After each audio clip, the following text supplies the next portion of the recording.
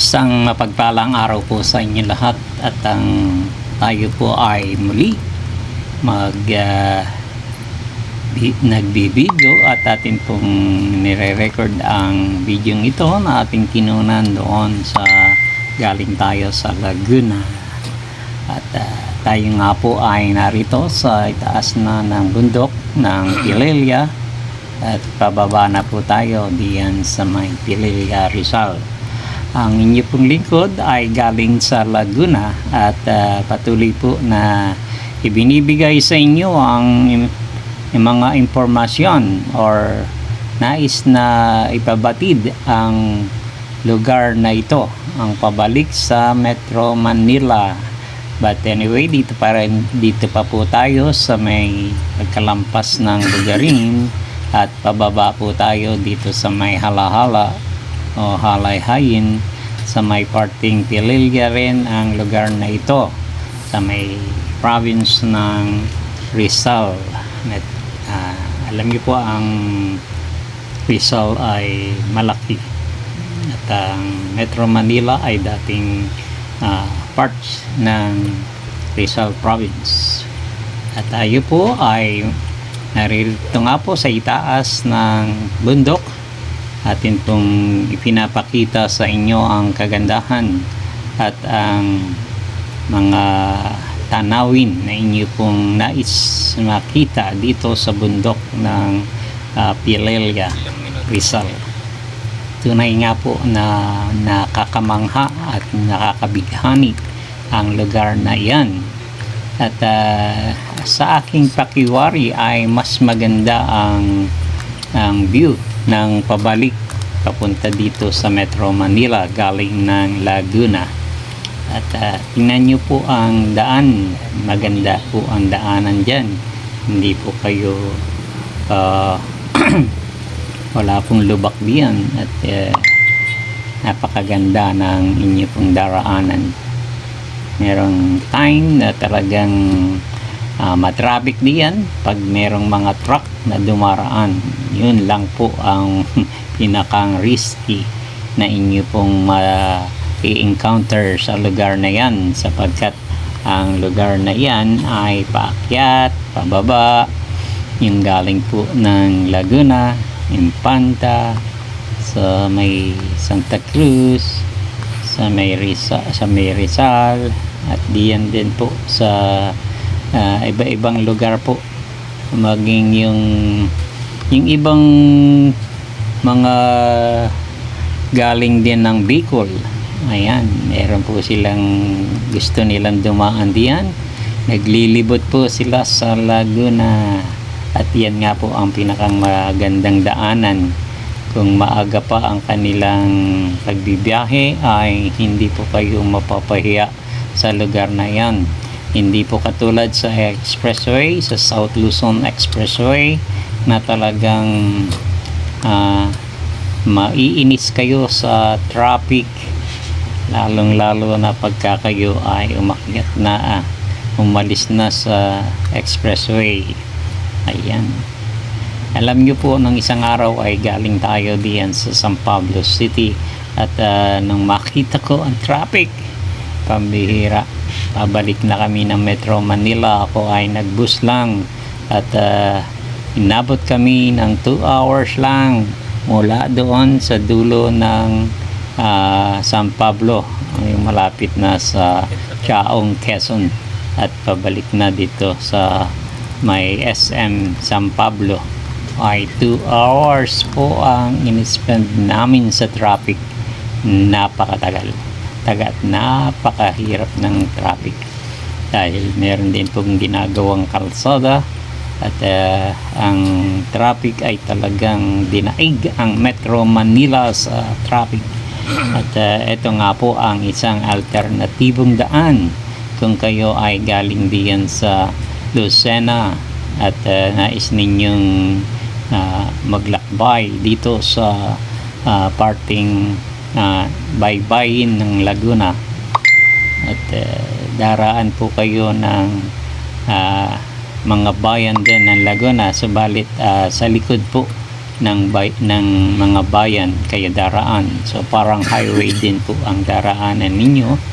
Kaya lang pagdating dito sa may paagahan ay kayo aakyat na ng bundok na hindi naman napakataas ng akyatin at kayang-kaya ng mga sasakyan.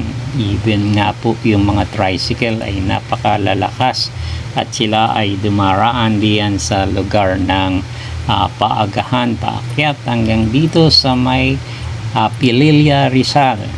Ayan, tingnan nyo po ang kagandahan ng lugar na yan at breathtaking din ang inyo pong makikita diyan.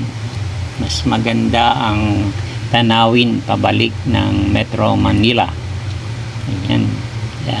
Makikita nyo po yung mga previous na video natin na galing po tayo diyan sa Ortigas patungo dito sa Antipolo.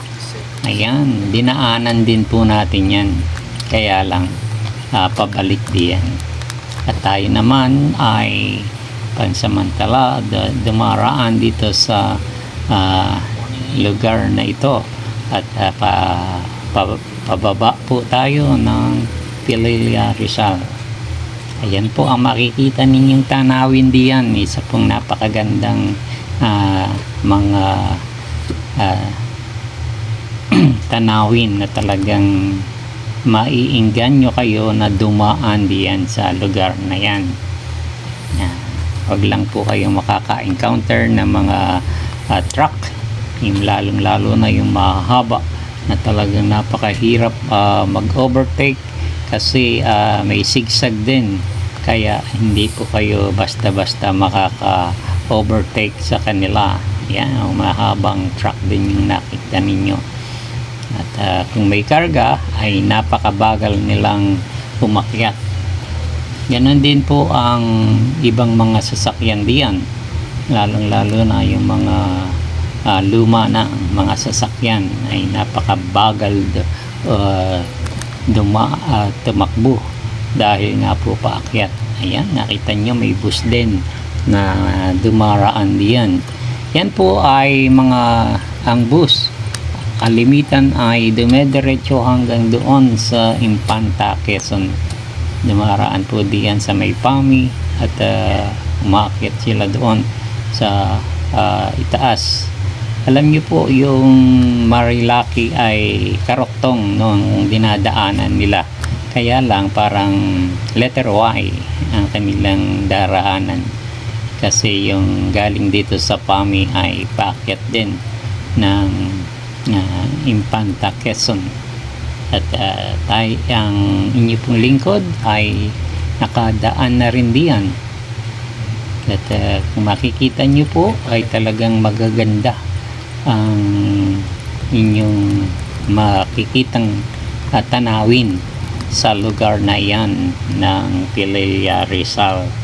At ang inyo pong lingkod ay nagmamalasakit lang at nagbibigay ng impormasyon sa inyo sa lugar na ito, na kung sakali at inyo pong madaanan ay makikita ninyo po ang mga palatandaan na yan.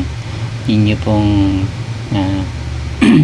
tandaan lang ang ating pong mga video ito at panoorin ninyo ang mga daan na yan at mabibighani nga po kayo. Yan ang pag-encourage ko sa inyo na dumaan dito sa may Laguna, sa may Pililla, Rizal.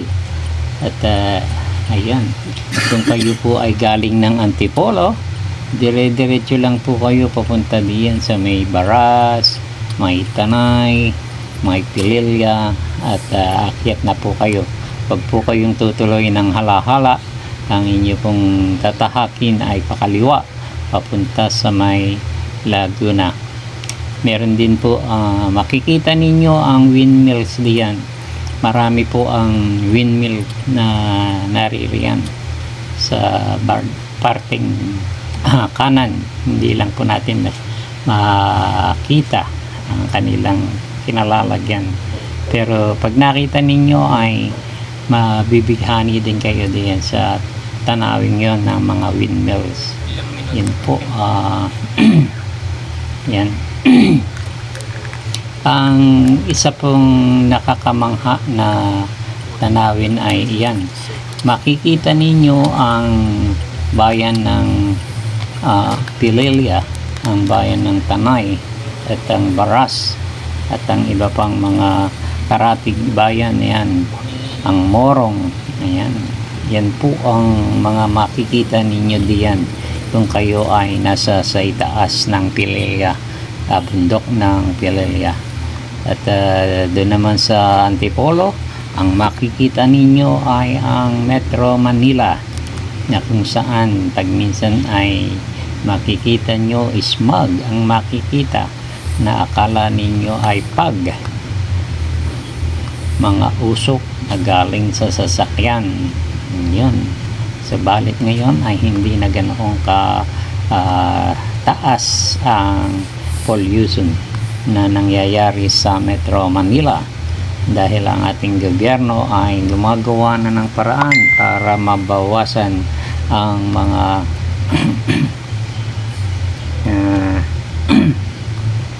pollution na nangyayari sa ating kapaligiran. Yan, tingnan niyo naman po ang mga daanan natin. Yan ay aking talagang binidyo para ipakita sa inyo na ang lugar na ito ay isang napakagandang lugar. Ang araw, ayan, medyo pakiling na po ang araw, at yan nga po, sabi nga nila ay silhouette ang araw, hindi mo makita ang dinaraanan mo dahil ikaw ay nasisilaw na ng araw. Yan, maraming pong mga motorista, mga two wheels na dumaraan diyan patungo sa Metro Manila. At kung summer nga po ay makikita ninyo na napakarami ang mga siklista diyan, yung mga bike naman na bikers o mga bisikleta na ginagamit, at diyan po ay dumaraan sila. Kung gustong hindi pa po sila sanay na sa mataas na akyatin, diyan sila ay dumaraan.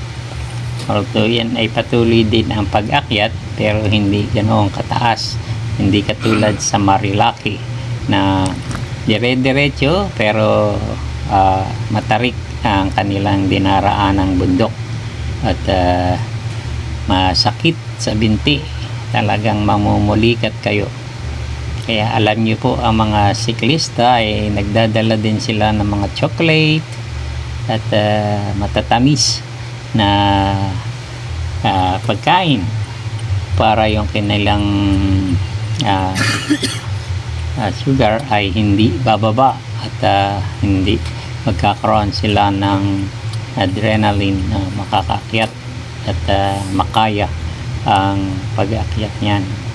Kapag kayo po ay isang siklista, ay malalaman ninyo yan at ma-search ninyo kung paano kayo mag bike sa mga lugar na katulad niyan. Kung kayo naman ay mga motorista, ayan, hindi po kayo makakatulog diyan dahil makikita ninyo ang kagandahan ng lugar na yan. Talagang mamamangha kayo at inyo pong papansinin ang mga lugar na yan. Maaari ay titigil at magpipicture-picture para makita ang kayo ay nakarating sa lugar ng Pililya, Rizal na may itaas. Yan ay isang promotion din sa ating pong mga kababayan diyan sa Pililya, na daanan ang lugar na yan. Katulad nga po ng aking sinasabi sa inyo, marami rin po ang mga tindahan ng mga prutas diyan na inyo pong mabibili. Malimit ay meron po silang pinya, saging, ayan, avocado, at iba't iba pa. Kung kayo po ay nahilig sa prutas, makakabili po kayo ng masasarap na prutas diyan. At hindi lang po yun, basta marami po ang mga prutas na tinda diyan sa Pililya. At pagbaba ninyo ay meron pa rin, mabibilhan kayo diyan. Kung pagkain naman ay maraming restaurant po kayong madaraanan diyan sa pagbaba ng Pililya hanggang sa may Tanay. May mga fast food po na makikita ninyo diyan at hindi kayo magugutom sa daan kung kayo po ay mapapadaan diyan sa lugar ng Pililya patungo sa Tanay hanggang doon sa Antipolo, Rizal. At tayo po ay malapit na ang bumaba sa bundok.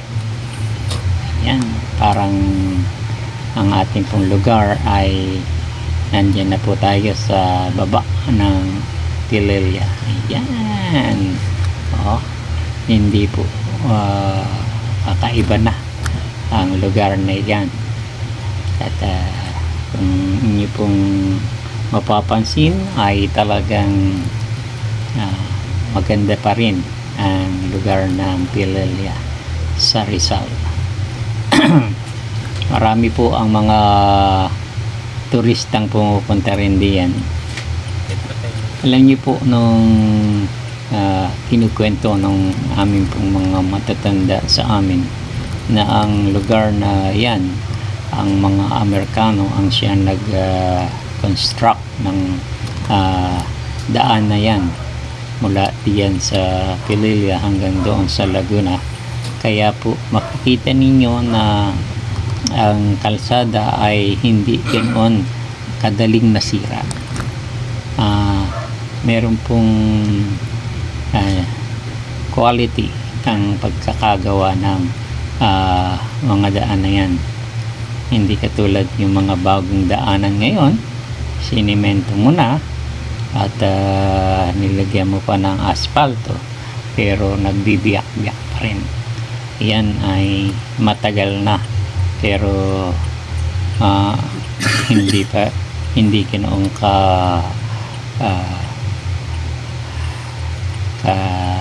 rupok pagka dinaraanan. May dumaraan din nga pong mga truck na siyang nagiging sanhi ng paglubak-lubak ng mga daan, pero hindi ganyan ang lugar na yan. At maski ang landslide ay hindi po prone ang landslide yan. Hindi katulad dito sa may Antipolo na minsan ay nagla-landslide at hindi rin nagiging maganda ang daanan. Kaya makikita mo niyo po na marami ang riprap na ginagawa diyan at dito naman ay hindi ganyan kahirap. Maganda po ang daan diyan sa itaas ng Pililya, Rizal. At yan po ay isang pagmamalaki na kayo po ay safe na dumaan sa lugar na yan. At ang Laguna po, sa kabila ay makikita ninyo po ang taniman ng mga palay, ang palaisdaan sa Laguna de Bay, at ang iba't iba pang mga ginawa diyan. Alam niyo po yung malaking daanan ng tubig, kumbaga sa ay kanal na ginawa nila o malaking tubo na ginawa nila. Makikita nyo po yun dito sa may parting Lumban at patungo sa dito sa Laguna de Bay galing ng Impanta sa Quezon. Ayan. At kung hindi po ninyo alam yan, ay yan, pinapaalam ko po sa inyo na meron kayong madaraanan na malaking daanan ng tubig galing sa Infanta diyan sa may Lumban. Tingnan nyo po kung kayo po ay napapadaan diyan. Although may similarity din yan sa ibang mga lugar, but iba pa rin ang tanawin na inyo pong nakikita. Tayo po ay nasa baba na ng Pililla at patungo po tayo diyan sa Tamay. Yan. Ang Pililla po ay nasa sa loob na ang bayan mismo. At ito po ay highway na dinaraanan. Highway po. Kaya naman hanggang doon sa may Paras paglampas ng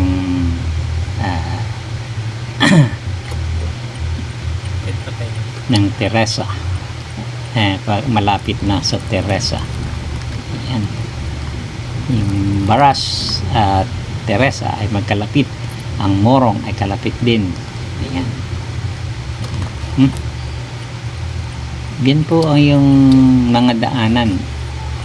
Marami din po diyan mga puno ng mangga na kanilang inaalagaan sa lugar na yan. Marami ang mga ginagawa na establishment. Meron na rin pong mga kabahayan, meron mga subdivision na tinatatag diyan. Baka mabalitaan ninyo, mura lang po ang lupa diyan sa may lugar na yan. At ilang taon lang ay makikita ninyo ang improvement ng lugar na inyo pong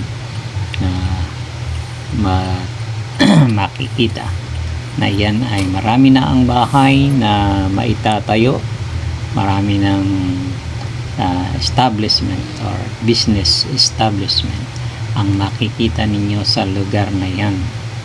Highway ang tawag diyan sa lugar na yan kaya lang yung mga bahay ay nakatabi na sa daan. So nagta-traffic din po diyan pagka marami ang sasakyan kasi nga po ay nasa sa malapit 2-way lane lang ang daan. Ilang minuto. Pero highway. Highway ang tawag nila. Ayun. At napakahirap nga rin po mag-overtake diyan kung kayo ay magdaraan diyan sa lugar na yan. May mga tao kasi na pag nag-overtake ka ay mga balasubas din ang kanilang dating sa kapwa na ayaw nila ang ganun. Sa halip na pagbigyan ay walang yaing ka pa at ang akala ay nag-take advantage ka sa kanila. But anyway, ayan, minsan ang mga pag-aaral po natin sa traffic ay patuloy pa rin. Para mga doktor, practicing doctor, tayo naman ay practicing driver. Kasi may mga sitwasyon po tayo na dapat ay atin pong isaalang-alang. Dapat ba akong mag-overtake? Dapat ba akong hinay-hinay lang? Yan po ang mga paalala sa atin na minsan ay talagang palalawakin natin ang ating isipan na hindi tayo puro kayabangan lamang sa sarili, kundi atin pong isaalang-alang din ng ating kapwa, ang kaligtasan ng kanilang buhay, ang kaligtasan ng ating buhay, at tayo po ay makauwi ng maayos, walang kapansanan, at hindi tayo madidisgrasya. Kaya nga po, laging presence of mind ang atin pong kaisipan nang sa ganoon ay maging maayos tayo, makarating tayo sa ating pupuntahan at magiging maaliwalas ang ating buhay sa atin pong pagbibiyahe. At titingnan nyo po ang mga lugar na yan ay talagang maganda. At kahit po kayo ay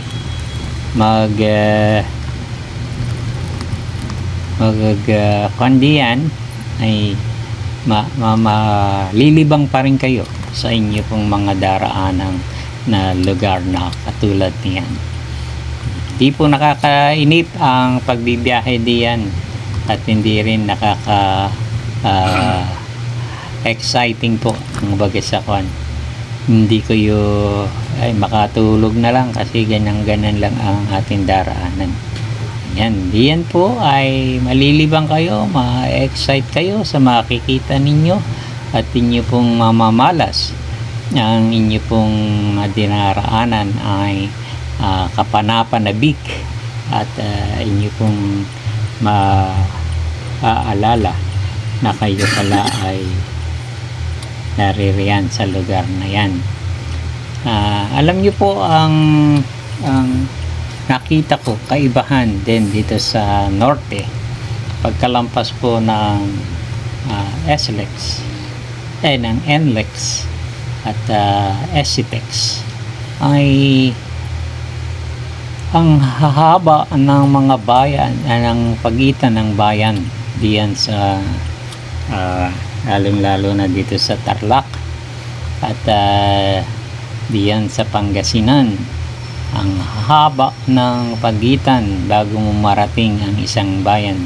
Samantalang sa Laguna, pagkalampas mo ng boundary ng Laguna, bayan na agad. Napakaliit ng kanilang mga pagitan. Hindi katulad diyan sa norte.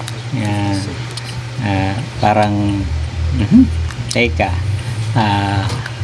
ano ito, yung Talahiban, Palayan, yung mga sa Laguna ay ibang makikita mo ang mga puno, tapos ang mga bahay ay hindi napakalalayo.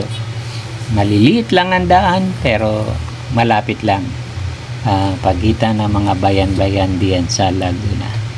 Sa norte medyo malalayo, kaya naman pagka bago mo marating ay nag-i-spend ka ng time para marating mo yung lugar na yun. Yan. Tingnan niyo po itong lugar na ito. Ayan. Kapag ka maraming sasakyan na malalaki ang dumaraan, madaling masira ang mga daan. Ayan. At talagang laging may lubak, laging may sira ang daan. Lalo na kung substandard ang mga materials na ginamit sa paggawa ng daan. Ayan. Tingnan nyo ang atin pong mga lugar na yan. Sa patag na po yan, wala po yan sa bundok. Nasa sapatag na po tayo. Boundary ng Pililla at Tanay. Ayan. Pagka kayo kumanan diyan sa Sampaloc, may daanan po diyan papunta sa Marilaki. Ayan. At yan nga po ang daanan din patungo sa Laguna and Panta at sa iba pang panig ng Quezon. Yan. At ang inyo pong lingkod ay patuloy po na nag-video at kayo po ay inaanyayahan din na inyo pong panoorin ang mga video po natin na ginagawa. At ayan, samantala ang lugar na yan ay isa po sa parte ng Rizal, ang Tanay. Yan. I know Tanay na yan eh. At malapit na tayo sa Baras, Rizal. Tapos ang susunod ay ang Antipolo. Every time na ako ay magbibiyahe, dati ay sa bayan kami dumaraan kasi yung mga pampasaherong sasakyan katulad ng jeep, ng bus, daraan sila ng bayan ng Tanay para mag-pick up ng mga pasahero. Tayo naman bilang nakasakay sa private na sasakyan, dito po tayo dumaraan. na hindi masyado ang traffic din. Pero nang minsan kami ay dumaan diyan ay talagang na-traffic din kami. Ano bang panahon yun? Parang mag-All Saints Day. Yun. Meron silang ginagawang mga parada. Yun. Ilang minuto. Okay. Ang atin pong ginagawa ngayon, atin pong ipinapaalam ang mga lugar na yan.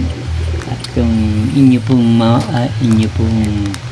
paglilimi-limiin or alamin, pag-aaralan ang mga lugar na yan, hindi po kayo maliligaw, hindi po kayo magkakaroon ng pag-aalinlangan na ito yung pinapanood ko sa reels, or ito yung mga ginagawa ng isang content creator na vlogger, or ito yung isa sa mga gawain niya na ipaalam yung ating video na kayo po ang nagbe-benefit dahil inyo pong nakikita ang mga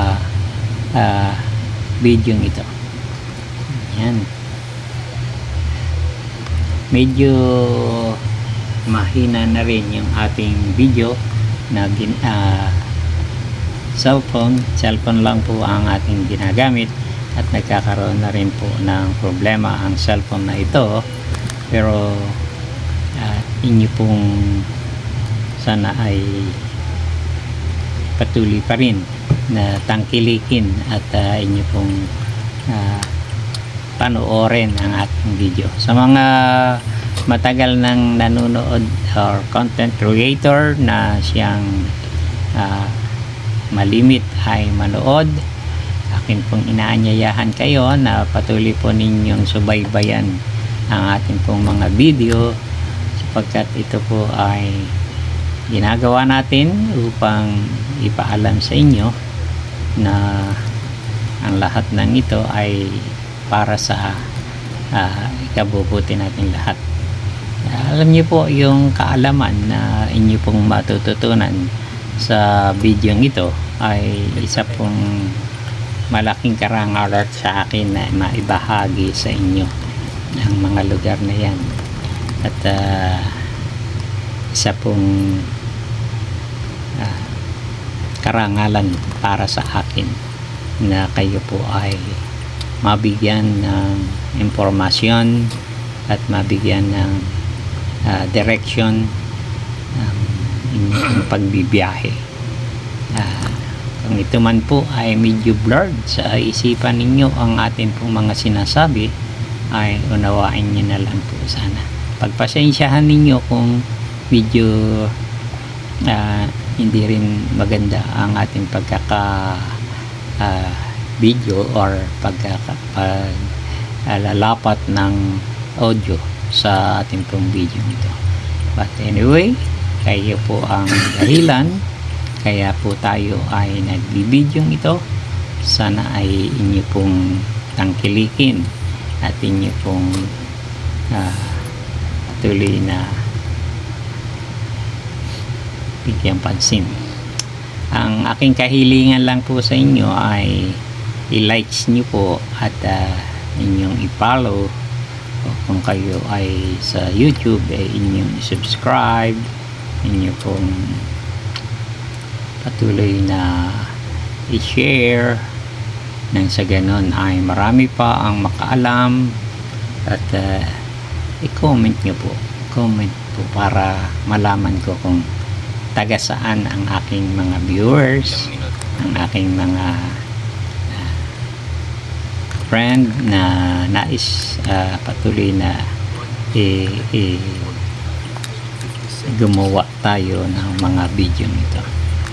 Kaya naman, ayan, tayo po ay patuloy na nagre-record ng ating pong binibidyong ito para kayo ay mabigyan ng impormasyon at nang sa ganon ay inyo pong makita ang kahalagahan ng mga bagay na ito.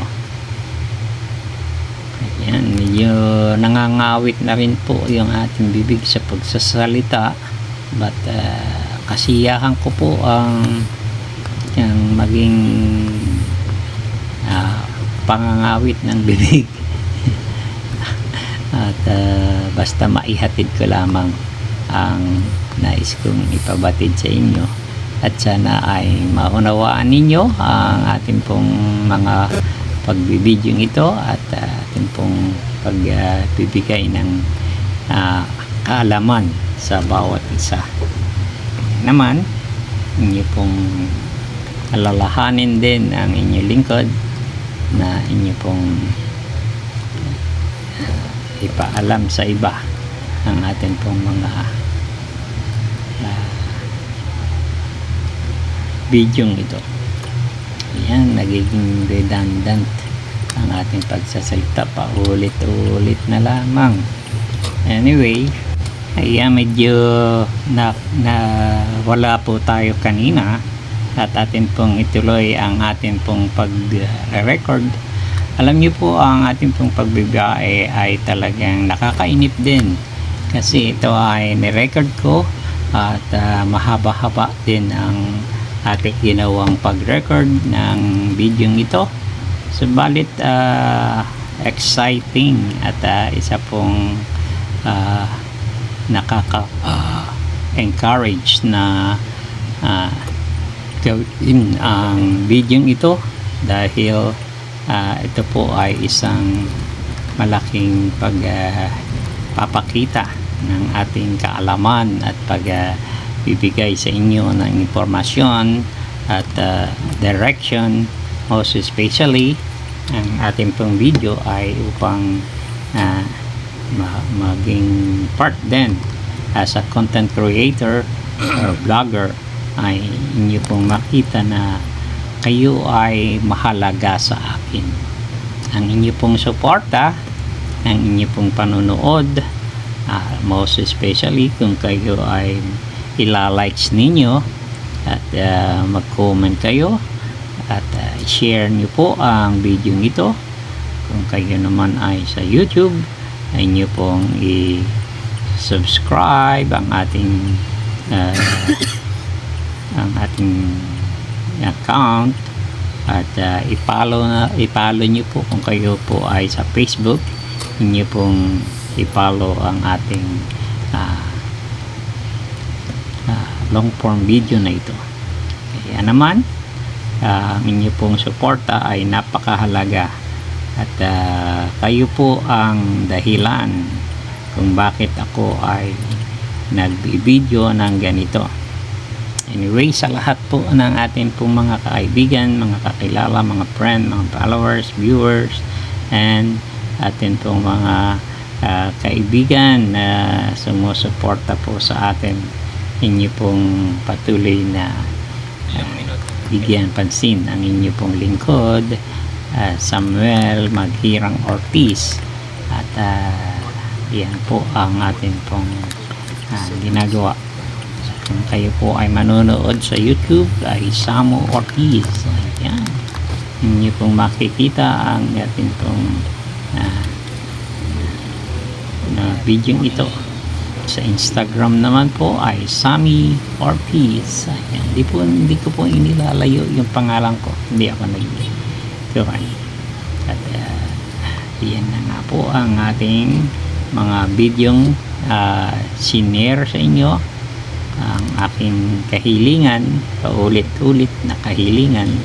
Please like, subscribe, or follow and share, and kayo na po ang magbigay ng comment sa inyo pong sa video ito. Inyo pong ipaalam sa akin kung taga saan kayo or where you from. Please inyo pong i-share sa atin pong so that I may know kung taga saan kayo or where you from. Ayan. Yan po ang aking kahilingan lang sa aking pong mga friend, mga followers at mga viewers, na pagka kayo ay